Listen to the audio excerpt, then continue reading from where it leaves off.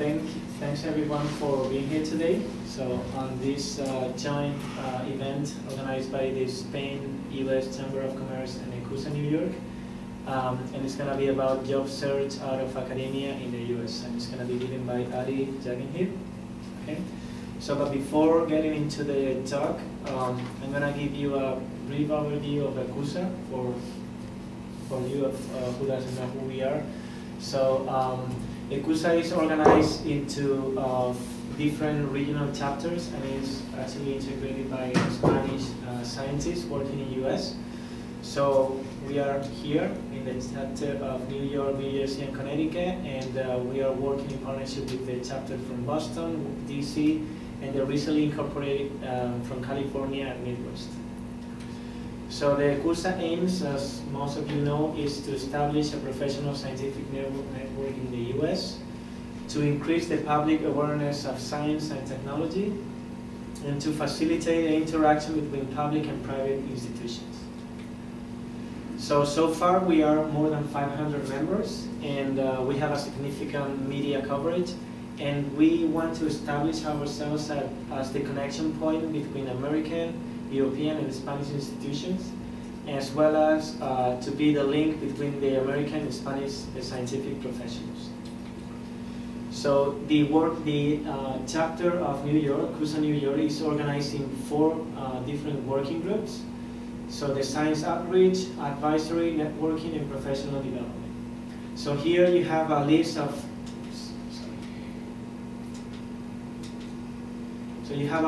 different events that have been already completed, or they are going to be basically organized in the near future by different working groups. As you can see, the Science Outreach Working Group has successfully organized many different conference rounds covering many different topics like energy and nanotechnology, evolution and diversity of sea anemones, some neuroscience related talks.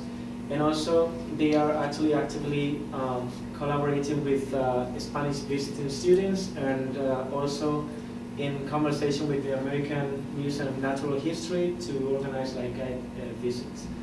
So the advisory groups is actively working in the welcome package, which is basically all the necessary information that a newcomer from Spain and working in science is going to need to work here. And also they are in negotiation with institutions and lawyers to organize informative sessions about taxes for Spanish scientists in the US. As you may be aware, this is big issues, and some of your people you may know has basically suffered from this IRS problem. So the networking working group organized like many different networking events, some of them casual, some of them more formal events. But so far we have been very happy with these type of events that actually help us to socialize and to know each other in a way. So one of the more promising programs that are going to come out of this working group is the Fostering Docs program, which is about to put in contact like senior scientists, Spanish scientists that are already established, with like freshman PhD students.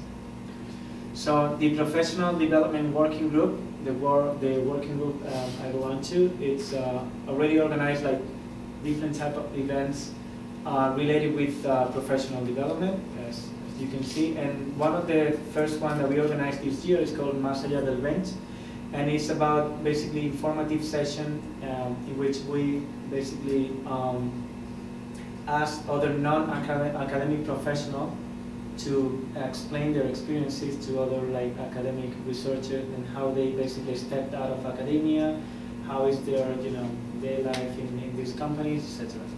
And now we have this workshop in collaboration with the Spanish Chamber of Commerce. So this is a snapshot of the Más allá del bench event, in which, as you can see, this is the panel of I don't think this is going to work on the screen. It's not going to work on the screen.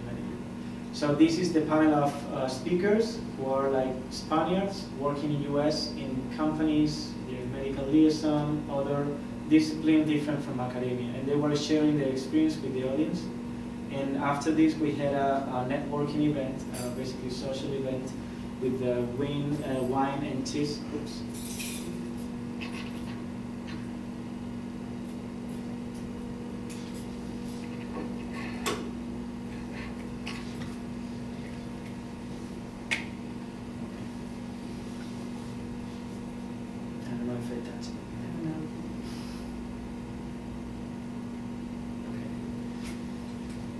So why do you want to become a ECUSA member? Because you will belong to a broad scientific professional network.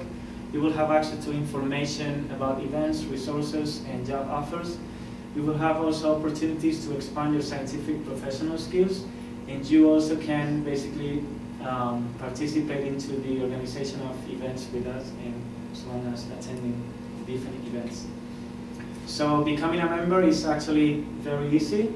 You just do a simple click on the website, the ECUSA website, and in less than 2 minutes you fill up a form and you are already a member. Or maybe if you want, via the forms that are going to be given to you by the ECUSA members today. I don't know if those forms are ready or not, but I think the person who was supposed to bring it. Are you all members of the ECUSA? Okay. So suggestion, proposal, collaboration are welcome, okay, and you can reach them in Facebook, LinkedIn, Twitter, and this email, okay. And with that, I'm gonna leave you guys with Ali Jagan here, who's gonna talk about the job search out of academia in US. So I'm not gonna introduce Ali because I think she's going to introduce herself. She's gonna use that information to illustrate you guys about her career and how she did it out of basically academic research. And I think you're going to like it, so please join me with an applause to welcome Ali.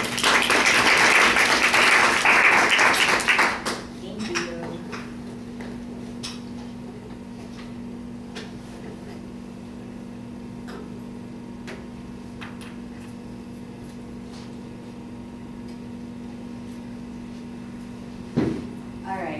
So thank you for having me here, and the title of my talk is How to Prepare for a Science Career Outside of Research. But before I begin, I kind of wanted to get an idea of who is in the audience. So could you guys raise your hands if you guys are a graduate student? Could you raise your hand if you're a postdoc? And whoever didn't raise their hands, are you, do you guys have a position in science? Okay. And then, okay, that's great. And then, for those of you guys who are postdocs, how many of you are really considering a career outside of academic research? Okay, great. I'm glad. I don't have to convince you guys otherwise. All right, so I'll begin. So my name is Arti Jahangir, and I was born and raised here in New York, in Brooklyn, and then my parents moved to New Jersey. And this has been basically my home my entire life. So my current title, my current job position is the Assistant Director of Career and Professional Development over at Albert Einstein College of Medicine, which is in the Bronx. So my primary responsibilities is to develop all the programming for the graduate students and postdocs over at Einstein, which is roughly about 500 people.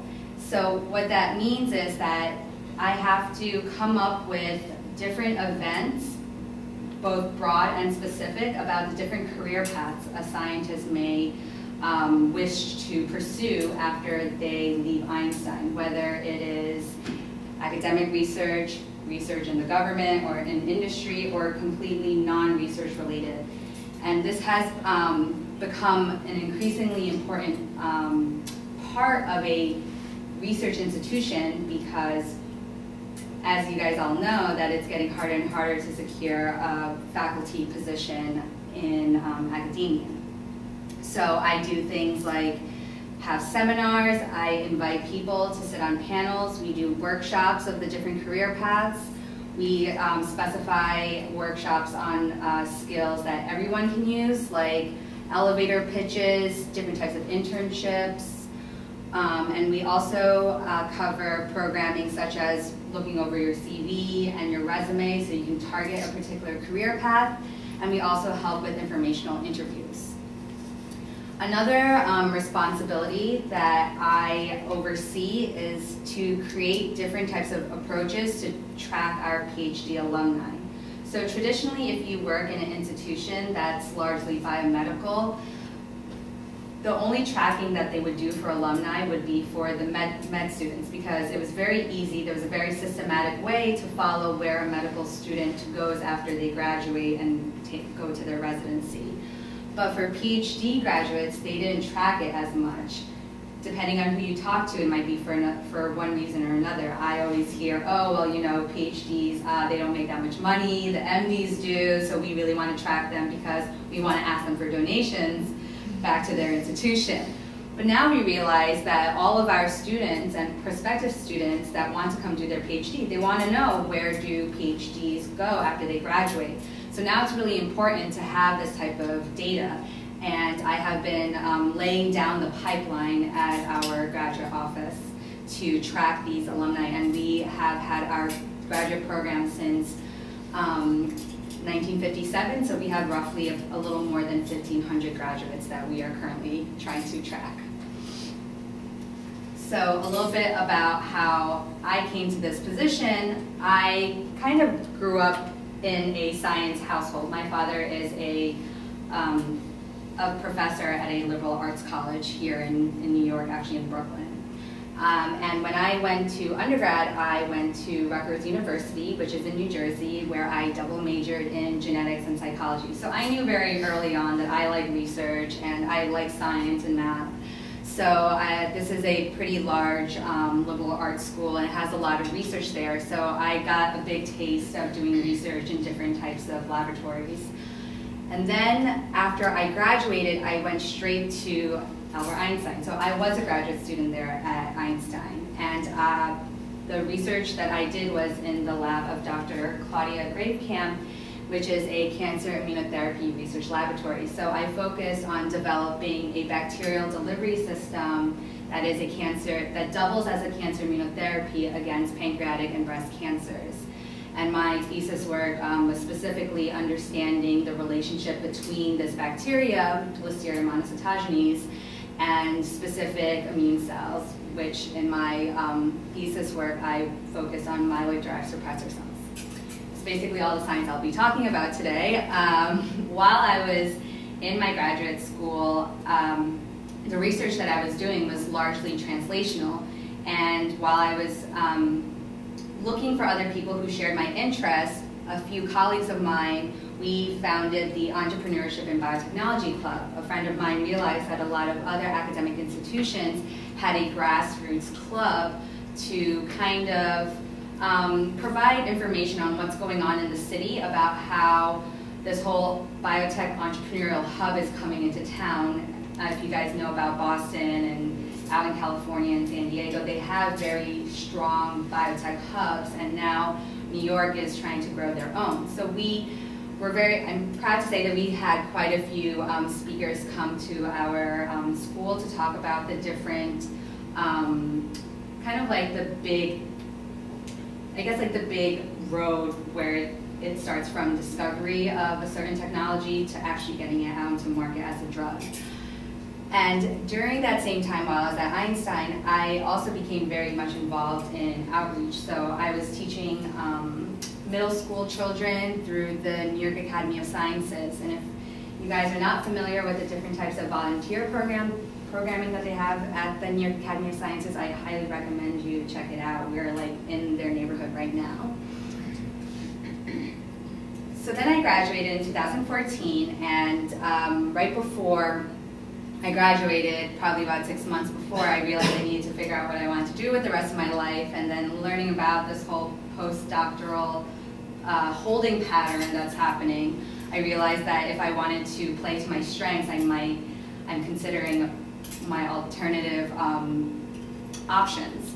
So there was an administrative fellowship position at Einstein, which was a hybrid postdoc role where I would do research in the lab half of my time, and the other half of my time I would work in the graduate office doing all this career and professional development, which is why I wrote CPD on there. So it just worked out with my boss and I. My PI knew that I wanted to explore different options, and so that's what I was doing all of last year. And in the meanwhile, since I was doing a lot of research on a cancer immunotherapy, our lab, we had a few projects that turned out to be intellectual property. So the technology transfer office at our school, they went ahead and filed some patent applications, and they were actively looking for someone to license that technology and further develop it. In the meanwhile, I started to kind of get this entrepreneurial bug. It bit me, and I saw that there was different mentoring opportunities here in New York City. So I was a part of 2 different entrepreneurial programs called NYC and eLab.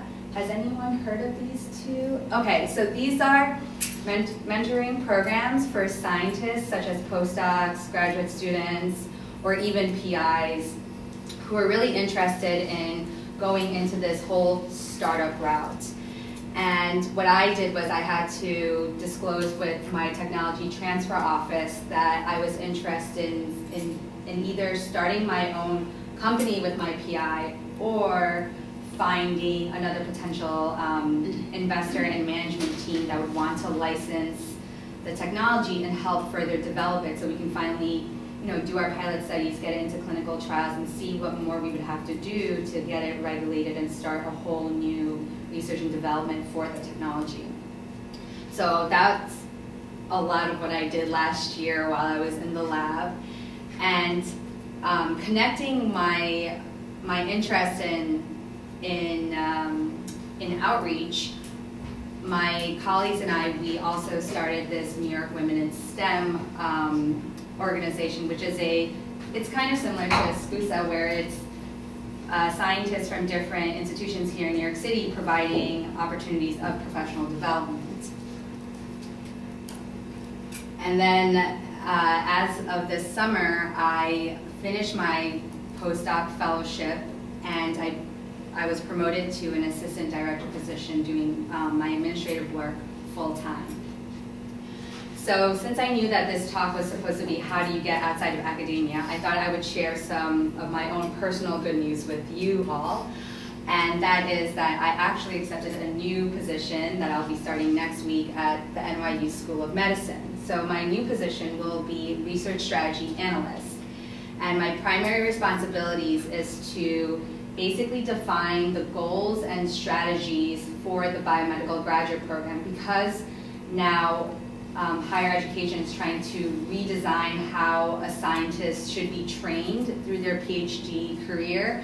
They would like this person, meaning me, to create a competitor analysis of the different biomedical graduate programs and make suggestions for NYU. And I wanted to kind of break down how I got this job, just to give an idea of how long it took me to do this. So starting in January, or in the beginning of February, I started to apply for jobs. I wasn't really sure if I was going to be promoted at Einstein. So I looked for administrative roles, and I had applied to 6 jobs. I got 5 interviews. One of them was only a phone interview. It was not in the New York City area, and then I didn't get asked to come back for a second round. But the other 4 interviews, I was on what's called a short list, so I actually had to do like an in-person interview. And that's when I had to do that whole, you see it on TV, you see it online when you're looking up stuff, like what to wear, what to ask. I did the whole interview process, and at the end I got 2 offers, and I ended up taking the NYU position. And the one other thing that I wanted to emphasize is that I did have 1 year of experience, so that worked to my advantage of getting the job, but it also worked to my disadvantage because other people who were applying for jobs, for the same jobs, they had more experience than I did.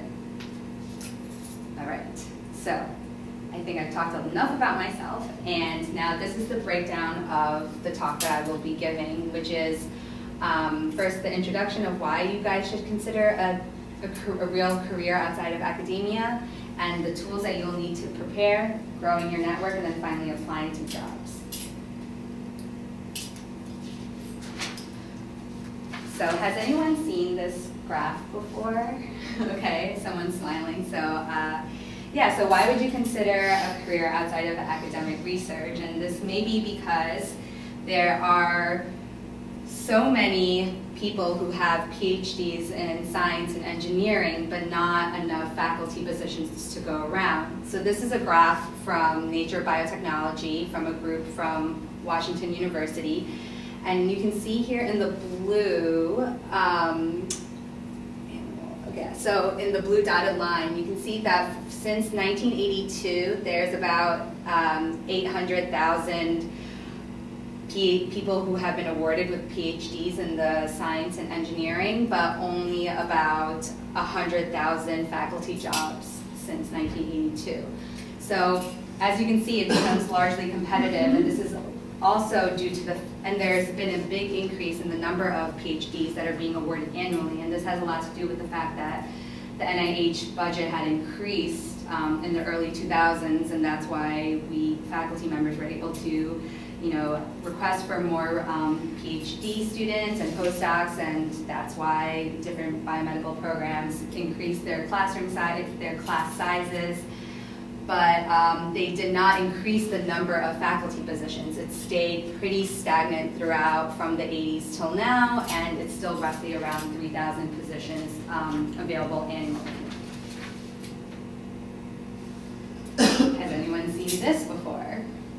Okay, so this is an infographic from the American Society of Cell Biology, and this is an infographic of taking information from the 2012 NIH Workforce Task Report. So the NIH did a whole report on where are our PhD holders, where are they going? And this is information from that report combined with information from other surveys taken from Nature and Science and PLOS One. And the main message that this infographic highlights is that while there are many students going into graduate programs and coming out into their postdoc positions, there's a holding pattern here where postdocs, spend an average of 4 years here in the US, but a lot of them do a postdoc for many more years because they do more than one postdoc, and then finally at the end, only 29,000 are in a tenure track faculty position. So this means that there's a rate of less than 8% of PhD students that will end up being a tenure track faculty. Yet when there's been surveys conducted about what is your preference of your career, 53% ranks that professorships are the most desired career. So that number doesn't add up. So only 1 in 12 people become a full tenure track faculty member, but 53% say that that's what they want to do. So there's a mismatch on this, and I personally think that the reason why there's this number of 53% is mostly because of the fact that people don't know what are the different options that they have when they explore their career paths. And then there's just other very logical factors why you would want to pursue a career outside of academic research. Obviously, there's a salary. If you're a holding pattern as a postdoc, I'm sure I'm preaching to the choir here, you probably want to be paid more. And that's probably why you'd largely consider what are your other options. Obviously, there's a work-life balance. I think I was definitely someone who did not balance my work and life very well when I was a graduate student or a postdoc, and I know people are looking for that in their future careers. Your work environment, different job opportunities. People really like to work in companies and organizations where they can actually see a trajectory of where they're going. And lastly, your job satisfaction, what type of impact that you wanted to make. So I really want to impart with you today, hopefully through my talk, is that you can still do something that's science-based, but just not particularly research. So this slide can really be a workshop on its own. I could even break down different career paths, and we could sit here all day and talk about different job opportunities in each career path. But I thought if I didn't add this, this this presentation would be a little bit pale. So I wanted to go through really quickly just like a bite-sized description of different career paths and like what type of person would be good for that, for those roles. So like first, liberal arts college, that's for someone who would really love teaching and research, balancing both responsibilities. Core facility management, that's for people who love technology and would enjoy working in cross disciplines because they're the ones that know the most about the technology and they're going to be working with many different scientists. Academic research, those are for people who want an extension of an academic career where they would have to be very good at communicating and collaborating with other people. Science and grant administration, those are for people who would want to be able to implement new research funding opportunities in emerging fields and the ones that would like to coordinate between grantees and their different programs. Science policy, those are, career in science policy is good for people who are interested in the social, ethical, legal implications and advocating for the entire scientific enterprise. Scientific society, that is good for people who are interested in supporting a whole scientific community, so that means providing opportunities for meetings, publications, outreach, and different types of advocacy issues. Science foundation, that's really good for people who are interested in mobilizing and focus your resource on the most promising research behind a foundation's mission, like such example like Michael J. Fox does one for Parkinson's disease. Another one is patent law. Those are for people who are interested at the cutting edge of science and who would be interested in possibly practicing law and using their PhD degrees to understand the science behind certain technologies. And you don't even have to do law at the end of the day. You can even work in-house at a biotech company or a technology transfer office. For those who are not faint of heart, biotech startup and entrepreneurship, that's basically you kind of do everything underneath the sun for that one. Those are for people who are interested in literally taking an idea and making it into an invention. So that's basically showing proof of concept, finding out what's your intellectual property, being able to come up with a business plan, pitch to investors, argue its value, the whole 9 yards. For those who are interested in management consulting, this is kind of new for PhDs, but this is what normally MBA, top graduates in MBA programs go for. And that's like the ultimate problem solver, where that's basically a service that you provide to top global businesses. Medical communications is a field that's growing rapidly. There's a lot of medical communication company firms here in the city. I know a lot of people at Einstein actually go on to pursue a career in medical communications, and that is that's really good for people who would enjoy distilling and translating complex clinical data so you can develop the appropriate document for the whole life cycle when you are trying to get a drug approved to the market. What else do we have left here? Okay, science journalism. So science journalism would be good for people who like to cover scientific related topics that are considered the most complex, the most breakthrough and relevant scientific topics. But science journalism, since we're all in the digital age now, it's not just writing, it's also film and radio and just the whole digital platform in itself. And last is science publishing. So that's good for people who don't want to stray a little bit too far from doing their research, where they are more comfortable in being an editor, possibly talking back and forth with the the referees and the authors, and also soliciting topics for reviews.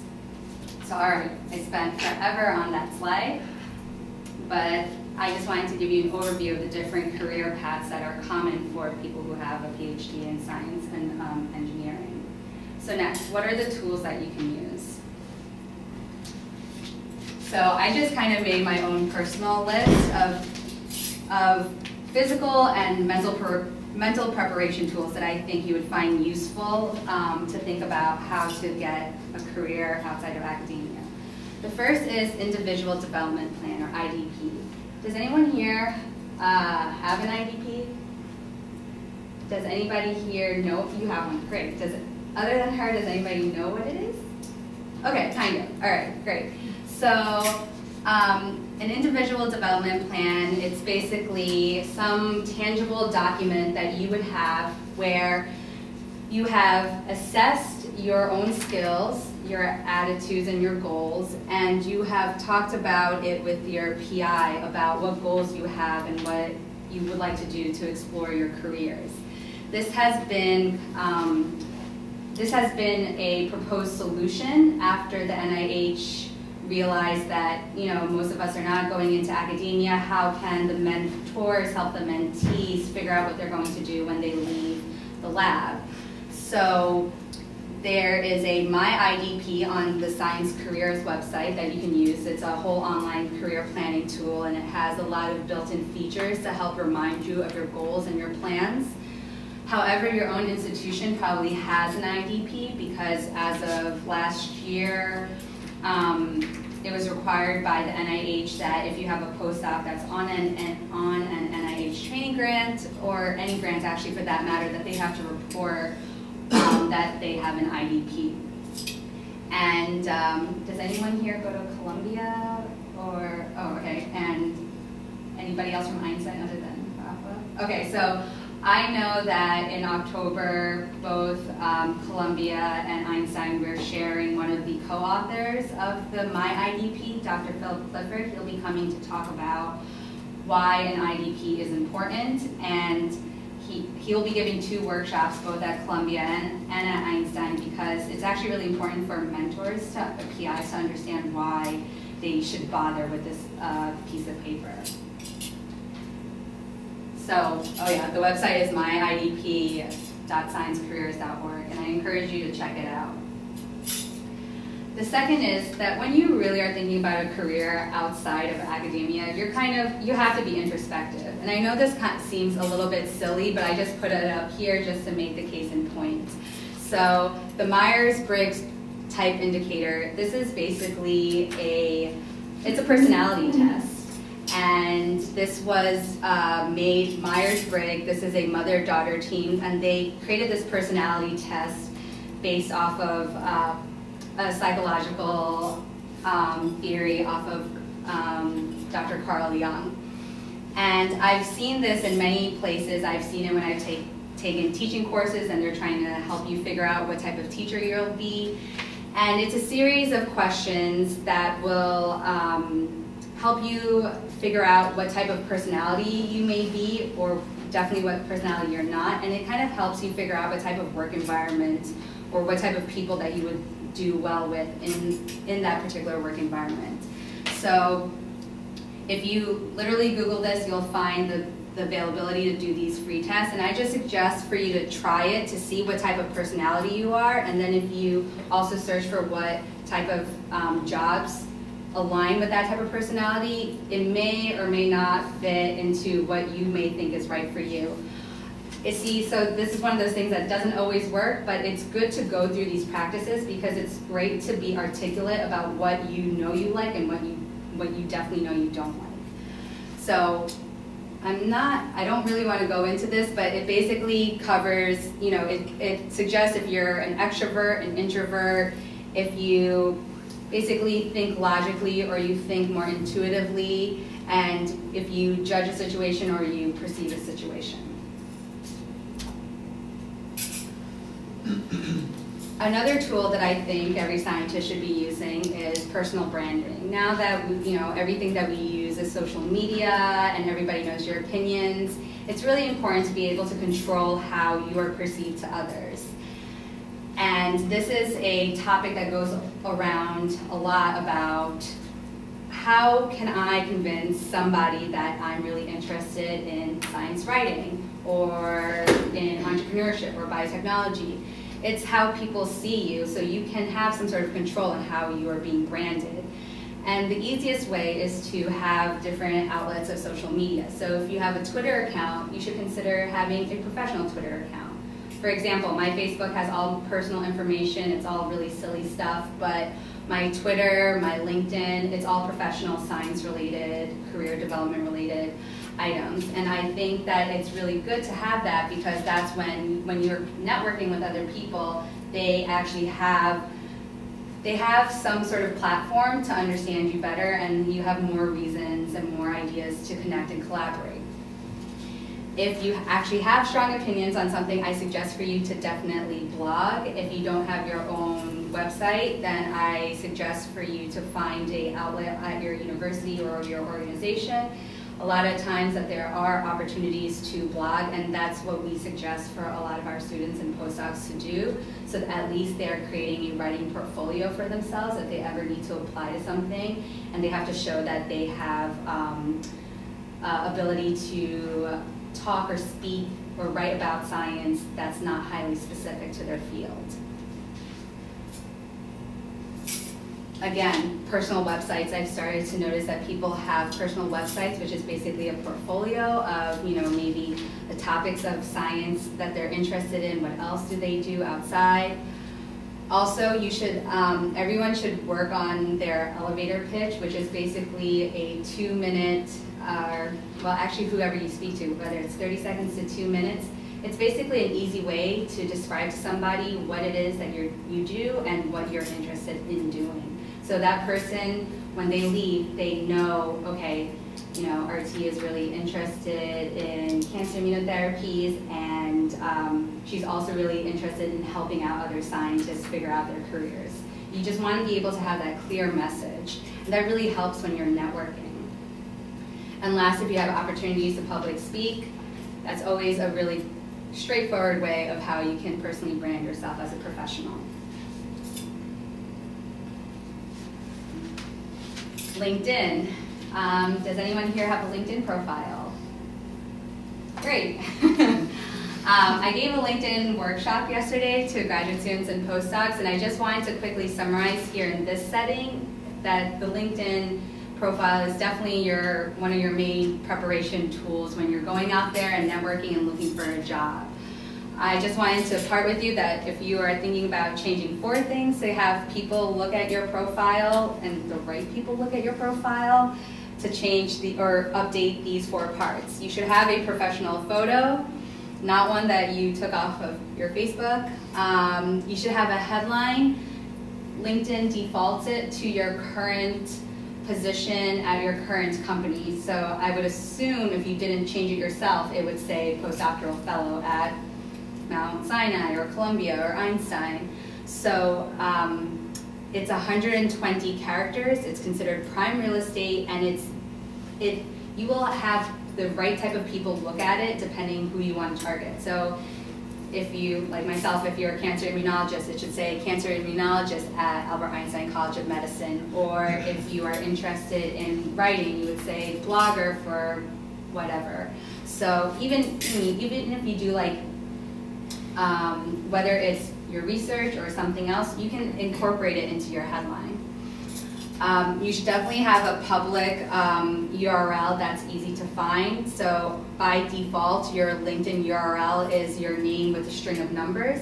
So when you edit your profile, there's a box on the right side that has the ability to customize your URL, and it should be your first and your last name. So when somebody Googles your name, your LinkedIn profile comes to the top. And you probably want your LinkedIn profile to come to the top because that's where you have most control about letting some stranger know what it is that you do, what experiences that you have. Last is that you definitely should have something in your summary section. So this is where your summary of your qualification, your expertise, your interest, your personality should be able to shine through here. This area is 2,000 characters, I believe. And you should have definitely a call to action. So, people will write their research skills, training, competencies, but it's always really good to have something in there about why you want somebody to reach out to you. I know graduate student colleagues of mine who just graduated, they say, you know, I'm looking for research positions in the greater New York City area, or I'm looking to collaborate with, you know, innovative mechanisms for some neurodegenerative disease or that in that nature.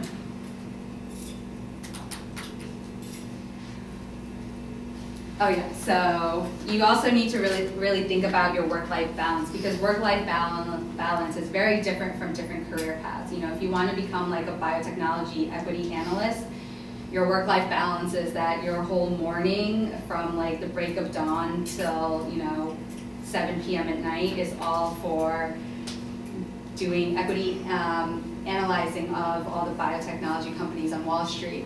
But if you want to do teaching, it's obviously going to be very different. So really assess what you want out of your life in terms of how you want to split up your work and life, or how much you want to mix work and your life together.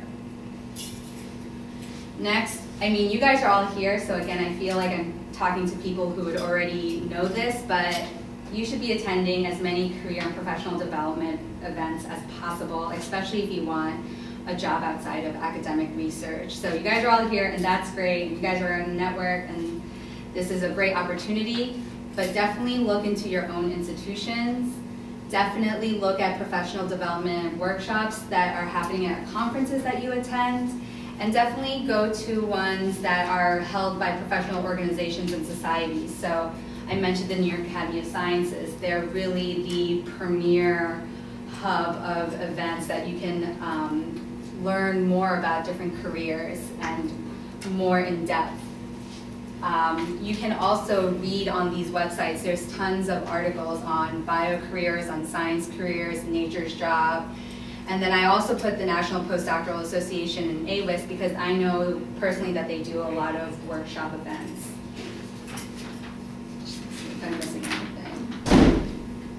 Oh, and I suggest that if you are looking, if you're not thinking about getting a job just yet, I would say, you know, go to one every few months. But honestly, when you are really seriously starting to think about a job, you are going to be probably networking a lot. So I would probably suggest for you to be attending these type of events a lot more often. And then lastly, for your, you know, your toolkit, please, please, please have a business card. I can't emphasize that enough. I don't know, I'm born in this so-called millennial generation. Somehow I just thought everything is done on the internet and email and text messaging, so I never really appreciated business cards. And my boyfriend was like, are you kidding me? You need a business card. And he was completely right. Every time I would go out and I would talk to someone and I would exchange a business card, the level of professionalism is unparalleled. They really know that you're being serious. I mean, when Anna came and gave me the ECUSA card, like, I was like, wow, like this is a real collaborative effort on everyone who's coming here. So I do encourage you guys all to get business cards. Your institution should have an ability to give you a business card, but if you don't like it or if they don't give it to you, I would suggest Moo cards. It's like Moo, like a cow, M-O-O. They have really nice business cards, and I've been actually buying my business cards from there, and I don't have any of them with me right now, but I get a lot of compliments for them, and they're not that expensive either. All right, so going on to the next thing. Growing your network. So points that I wanted to talk about growing your network is obviously actual networking, informational interviews, and using mentors. So if there's one thing I really want to impart with you all today, it's really just that title. It's all about who you know. I seriously went to so many career and professional development events since, you know, for the last few years, and I've been getting into this whole networking pattern, and everyone says it's really who you know, because at the end of the day, yeah, there are a lot of job positions online, and you can read about them, and you can apply, and you can probably get it in, but 80% of jobs, at least this is what I have read in several different articles about looking for jobs and networking, is that 80% of jobs are not even advertised. So most likely you're going to be able to get a job position through somebody you know. And I can attest to that. I got the job that I'm going to at NYU. It's because of someone I knew. I didn't know that person directly. I had to network, and that's how it happened. And that's what happened to a lot of people that I do talk to and I help in my position. So I know I can talk about different aspects about networking, but I thought what would be most valuable to you all is what's actually happening here in New York. So does anybody know what you can be with a PhD career symposium? Okay, so every other year, so last time was in 2013, NYU Medical Center holds the largest career symposium in the country for people who have PhDs. So it's what you can be with a PhD, and this year it's going to be October 24th and 25th. Your school should have gotten an email from NYU to open up the registration for your school starting yesterday. Almost all the institutes here in New York City do have are sponsoring this career symposium. So that slide that I spent way too much time on with all those career paths, this, what you can be with a PhD, is 2 days worth of breaking down each of those career paths. So the style that they always have done is they've done panels where they have 4 to 5 people with a moderator, and they'll go through the different career paths.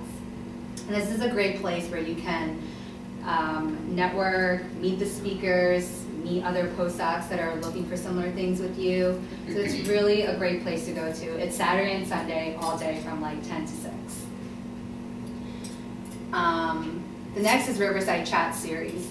This is for those who are interested in what's happening in biotechnology and pharma here in New York City. So it used to be run by a different organization, and now it's taken over by Harlem Biospace, which is an incubator space up in Harlem. They have prominent speakers to come and talk about their particular company or organization and what they're doing to drive the innovation of biotechnology here in New York City. Next is First Pitch Life Science, that's hosted at the New York Genome Center, and that's run by the Mid-Atlantic BioAngels, which is a is a firm of angel investors, and it's actually really cool. Has anyone been to this? Okay, I think it's really cool because you get to see 3 different companies come and pitch their ideas in front of a live audience, and you see them pitch it to 4 investors. And the investors will tell them what they think is good and what do they think is bad and how they need to improve it. So the whole attraction to this event is like, hear what the investors say behind closed doors. And now you're hearing that to give critical feedback to these people who are looking for potential investors. And when I've gone to the event, tons of people show up, everyone's really excited, it's just a very good energy, and I highly recommend it. Again, I'm beating a dead horse, but everything at the New York Academy of Sciences, this is critical networking opportunities. And then there's Harvey Lecture Series at Rockefeller University, where they have prominent scientists come and give a general scientific talk about their research. And then there's also something else called the Versatile PhD meetup. So Versatile PhD, they have different hubs throughout the country, and this is for PhDs, all types, social sciences, including science and engineering. And they have meetups here. If you just literally Google that phrase, you'll see where they meet, and everyone's really interested in networking and helping one another out for job opportunities. And of course, conferences. Look up your potential collaborators, see if you can network with them. And I find that live tweeting at meetings is also a great way to network with people. There are a certain subculture of attendees at conferences that really want to network, and it's a really good way to meet people who are not shy to talk to you. So networking. Networking doesn't have to be awkward. I'm only putting this slide in because I hate networking pretty much all the time. And I always think, because it's such a forced way of forcing yourself to talk to someone you don't know. So this is like, this is a scene from 30 Rock, if you guys know this show. This is 2 people having a very awkward conversation because they don't know what to talk about. There are a lot of tips out there about how to have like a grab bag of questions of what you can use to start a conversation with someone. I think it's a really good advice to know why you want to network at a particular meeting, whether it's you're talking about a particular research subject of research that you are interested in or not. It's always helpful to bring your friend and your business cards, and then always, always, always follow up and connect afterwards on LinkedIn. I think that's always very important, and it will, as you practice, you'll start to realize who you want to connect with and continue a particular relationship with. Informational interviews. So when you are actually serious about a particular career path that you may want to actually apply for a job, it's very important to do a few informational interviews. So I'm going to just create a scenario. You went to a networking event at like the first Pitch Life Science. You met someone who seemingly has a job that sounds cool or interesting to you, and you want to know more. You follow them up. You trade your business cards, you follow them up on LinkedIn. What do you do next? You reach out to them, you say, I really had a great time meeting with you. Would you have 20 minutes to meet with me? I can come meet where you are, where you work, and we can, if you don't mind, I can ask you a few questions about what it is that you do. People love talking about themselves, so it's a great way to know about that person's industry because you want to enter it yourself. Key point, this is not a job interview, it's just literally gathering information. So bear with me, I put a lot of words here. So first you would want to create a list of people that you want to contact. I think to have a good amount of informational interviews, you should have like anywhere between 5 and 10 good informational interviews, depending on what it is you want to, which career path you want to explore. Again, respectfully contact these people, and then you ask them if they have some free time to talk to you about the nature of their work. Of course, arrange a time. You have to value their time. They are busy, and they will appreciate that you understand that. So you would want to try to reach out and go to them. Definitely do your research. The last thing a person wants to do is sit down and try to help you by talking about themselves and how they got into this particular role, but then find out that you have no idea what it means to be a science journalist. Then, you're not really helping yourself. That person ends up talking about things that you could have found out yourself. So definitely figure out what company they work for and anything else that might interest you about that particular organization.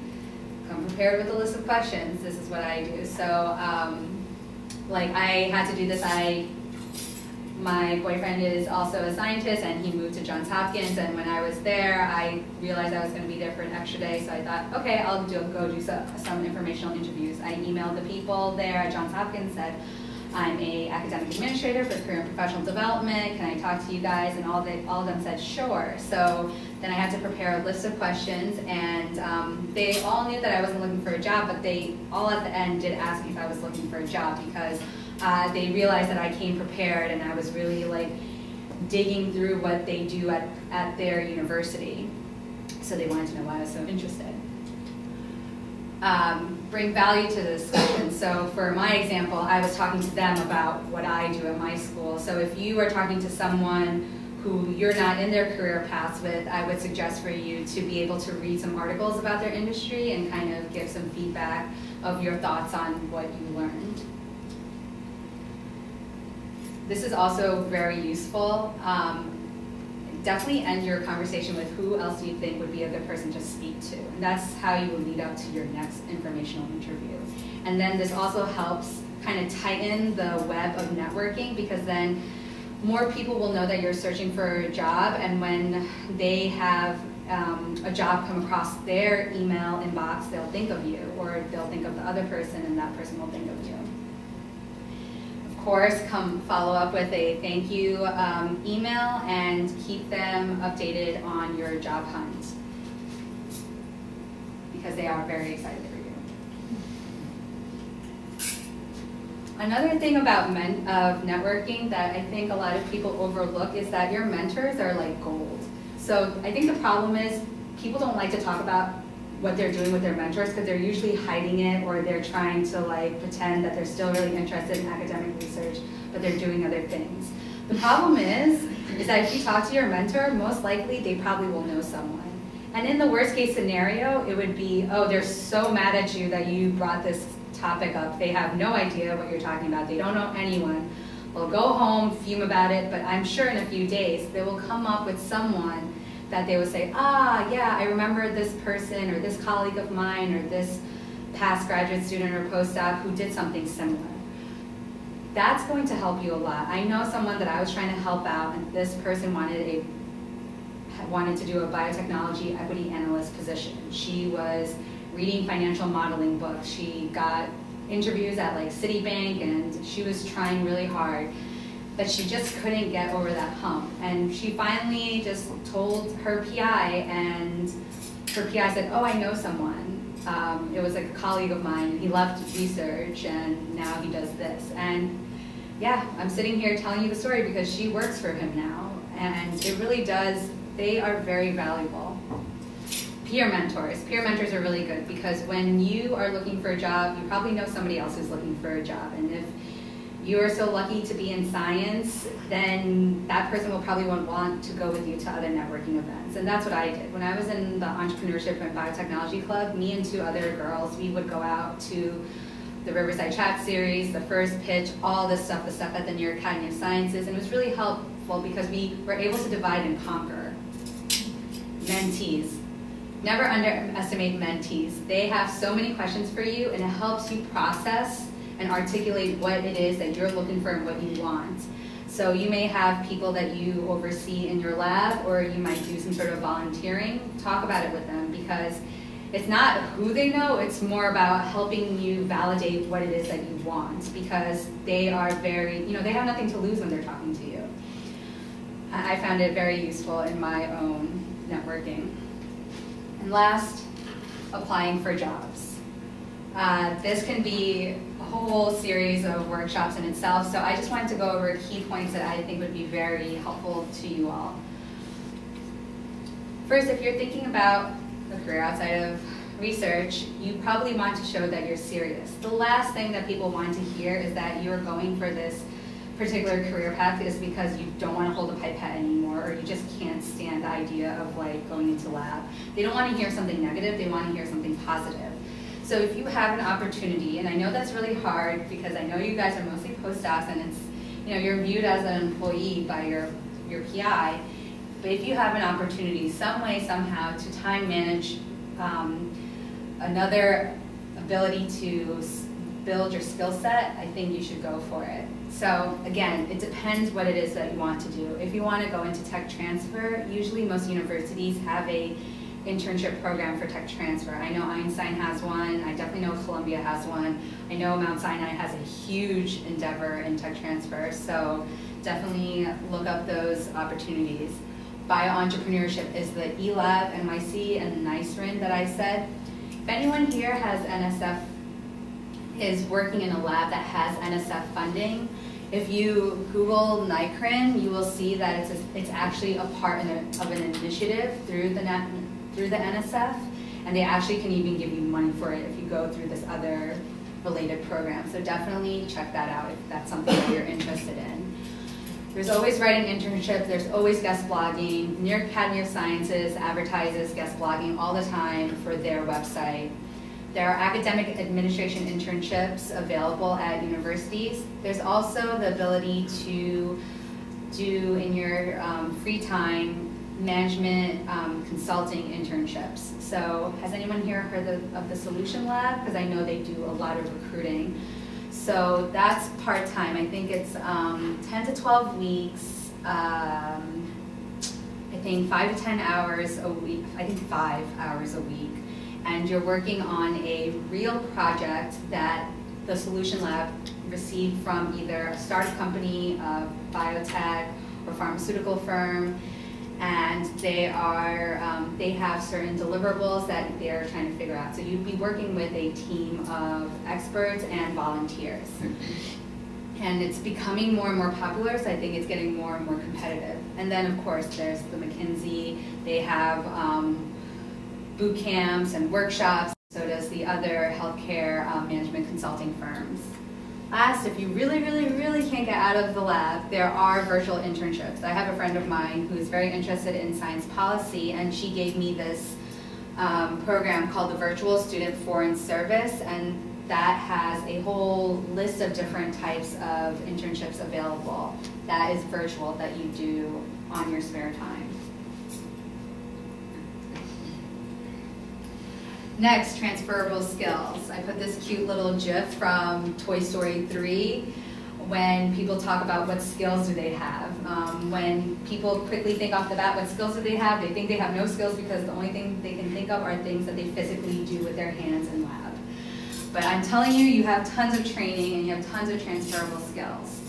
So when you're getting ready to apply for jobs, you should really think about what it is that you do subtly throughout the day. Do you manage your time well? Do you, are you working in an innovative setting? Are you able to take intellectual risks? Are you able to, do you have skills in finance? You'll say probably not, but you probably have skills in managing a budget, some sort of infrastructure and resources. So definitely look up different lists of transferable skills and go through them and see if you have some, because I'm sure you all do. Job postings on the internet. I just wanted to give a list of resources that I think you guys should all either be familiar with, or if you're not, you should familiarize yourself with. BioCareers is a website that has articles about career development for scientists and engineers, as well as a subscription for job positions. I think most institutes here in New York City do have a subscription to BioCareers. But if your institute doesn't, all is not lost, because other websites have the same job postings. There's also something called the Dropout Club. If you Google that, there's a link, and then you sign up for their newsletter, and then you fill out what your preferences is, and then they'll always email you whenever they get a new job posting. And that all is non-academic, not research. There's a new website called Oyster. This is made by two McKinsey, former McKinsey consultants. One of them came from Rockefeller University. He was a grad student there, and now they have this idea that wouldn't it be great if we can just input what skills we already have and what experiences we already have, and then the database spits out which jobs that are available that would match your skill set. So this is their endeavor, and they're in beta phase right now, but you can sign up and get a free profile there. And they also do a lot of career developments, and a lot of them are webinars. Next, I think the most obvious ones are science careers and nature jobs. If you're interested in doing something towards teaching or administrative, you can check out higher ed jobs. Of course, I found actually most of my jobs that I was interested in was through company and organization websites, and then I went ahead and looked at my LinkedIn and then emailed the person directly that I knew or of. So that's always a great way. If you don't know Glassdoor, you should definitely use the website Glassdoor. That's a really good way of figuring out how much the salary range is, depending on what job position you're looking for and which city you're looking for. And this is probably the most important one, internally, from your own workplace or your alumni network, because a lot of times recruiters are just looking at people who apply through this outlet. People have come and given talks at Einstein, and I said, oh, well, this is a great career path, like how'd you get into it? Honestly, I just answered an email that my alumni network sent out. And I thought, well, then how did you get the job? And they said that that's because they looked at our resumes first. So that's always something to take to heart.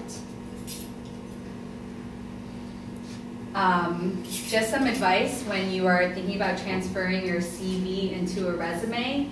I think you should have one large meta CV, something that's super messy because it just contains everything that you did, but you haven't nicely organized it yet. And then when you're looking for jobs and you need to create a resume, you start pulling out key information that you can use for your resume, because as you keep doing more things, you will forget what you have done before, and it's just great to have everything on this one document that you can remember. This is advice that I got from somebody else that I really liked was, you guys seen something like this before? It's a word cloud. So the website I think that most people use is wordle.net. It's really great to take a job description that you're interested in and throw it into this website, and it will spit out a word cloud that has the keywords highlighted in bigger font.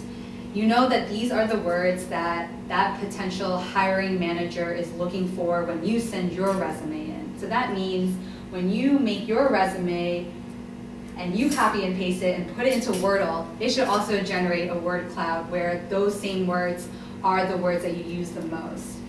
This is a trick that I've heard a lot, and I think it's just a really good piece of advice. And that also goes true with your targeted cover letter. Your cover letter should definitely be your story, why it is that you are interested in leaving the bench and pursuing this particular career path. And definitely include your transferable skills.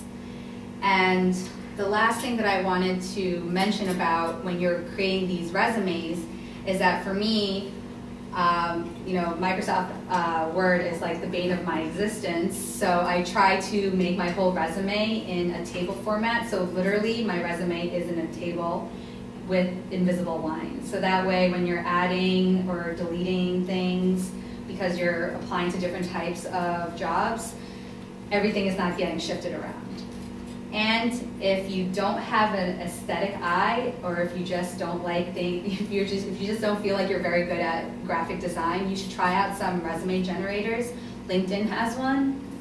If you search for LinkedIn Labs Resume Builder, it will come out. And it's a nice way to see what your resume should be able to look like.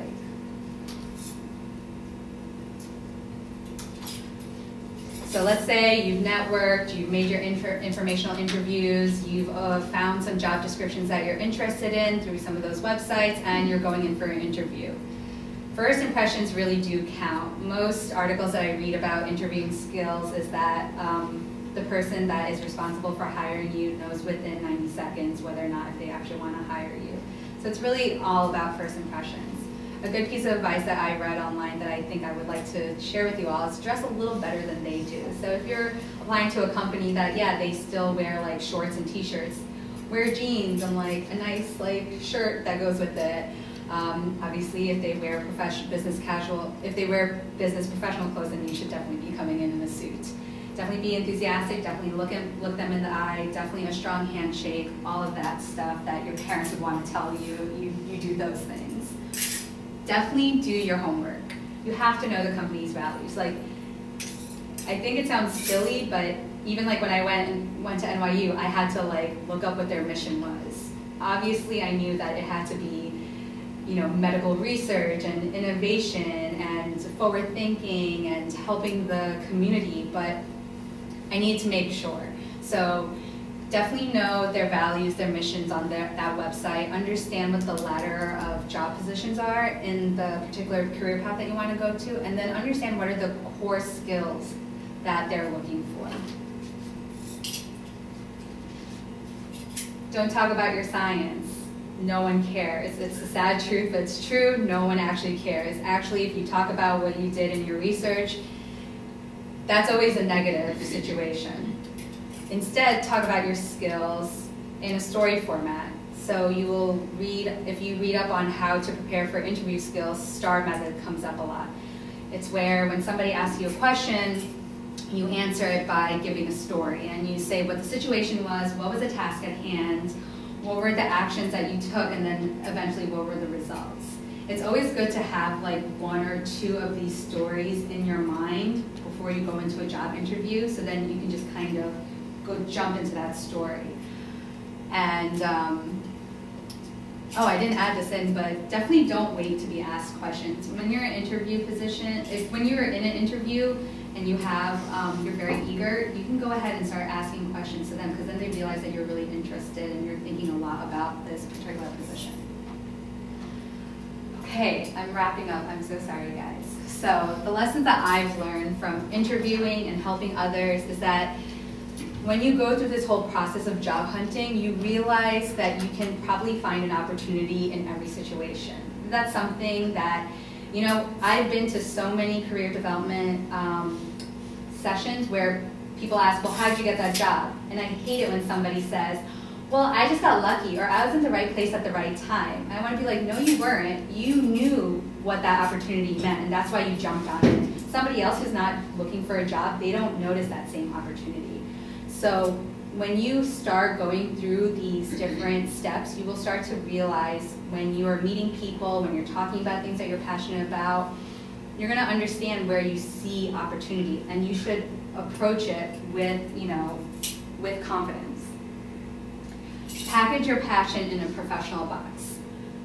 I think this is important because if you're like me, you probably have more than one passion. You probably have more than one interest, and this becomes kind of messy when you're trying this whole job hunting situation. You're networking with people and you're talking about a lot of things. People get kind of confused what it is you're all about. So come prepared in your mind what you want to talk about with people. So when they leave, they realize what it is you're really interested about, and they'll connect with you later on based on those particular interests. Be introspective and don't lie to yourself. This is, I think this is a kind of a hard pill to swallow, because I think everybody thinks there's like the ideal version of themselves that they want to be, and then they know like in the back of their mind like what the type of person that they are. But this is a great time to be honest with yourself when you're job hunting, because you want to land a job that you really like. Because I think it's already a big deal that you've made this commitment that, okay, I got my PhD, I'm in my postdoc, and now I want to do something else, but I still want to still be attached to science some way, somehow. And of course, scientists are needed in all walks of life, and I think that's truly important. I think that if there's something that you feel sort of random that you want to pursue, I guarantee that there's probably a way that you can link some of the skills and experience you've had in research with whatever career that you want to go to. And I am finally done. So any questions? And if you don't have a question now, you guys are more than welcome to email me or find me on LinkedIn and connect with me, and I'm more than happy to talk to you in depth about any specific thing that I talked about today. That's it. Thank you.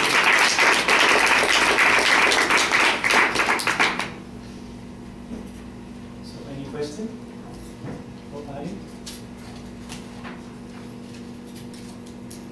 I have a question. I want to know what is the timeline since you start looking, usually I know it can differ, since you start looking for a job, you start writing to get a job, you get interviews, and you get hired. How long can it last? I think it depends which career path you want to go into, because some career paths have seasons. So like if you miss a certain part of the year, you're not going to get an opportunity to get a job until like the next year. For me, it took me about 6 months, but I had to kind of close down all the other things that I was doing and then focus on one thing. And then I had to network so much. I basically had to tell everybody that I confided as like a good colleague that I'm on the market, please send me anything. So that's also something to do, you know, to tell people that you are on the job market. But I advise my graduate students and postdocs that come and talk to me that they should use a year, you know, so they should start pretty early. Of course, some people find jobs in 3 months, and other people are like, I've been looking for 2 years.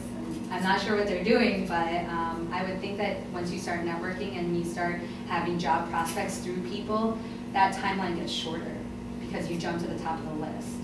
But it depends on which career path, how long does it take once you interview, when you get the job offer.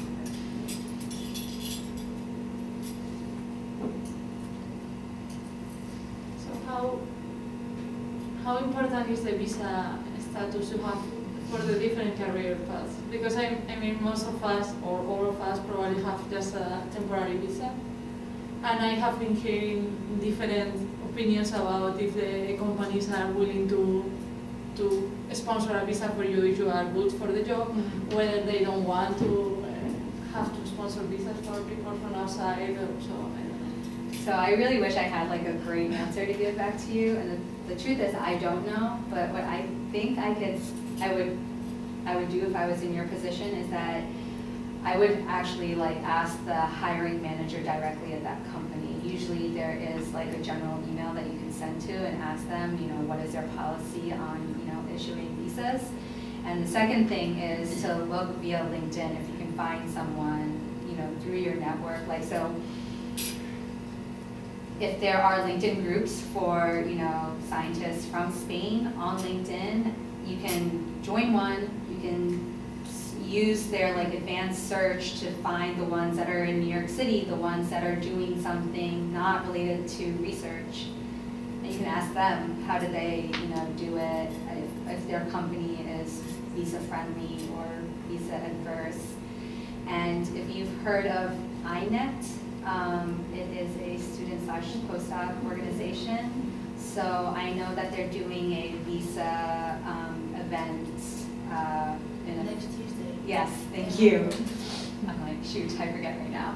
But yeah, they're talking about visas. I don't know if that's helpful in terms of, you know, which companies, but I think it's all across the board. I have a friend who's in a management consulting firm, and I asked her, she wanted to advertise some roles, some positions, and I said, I know people, they need a visa, and she said, well, okay, hold on, let me check. She goes and checks and comes back, and she says, yeah, we would give a visa to someone if they think they're the right person to hire. So it's always case by case.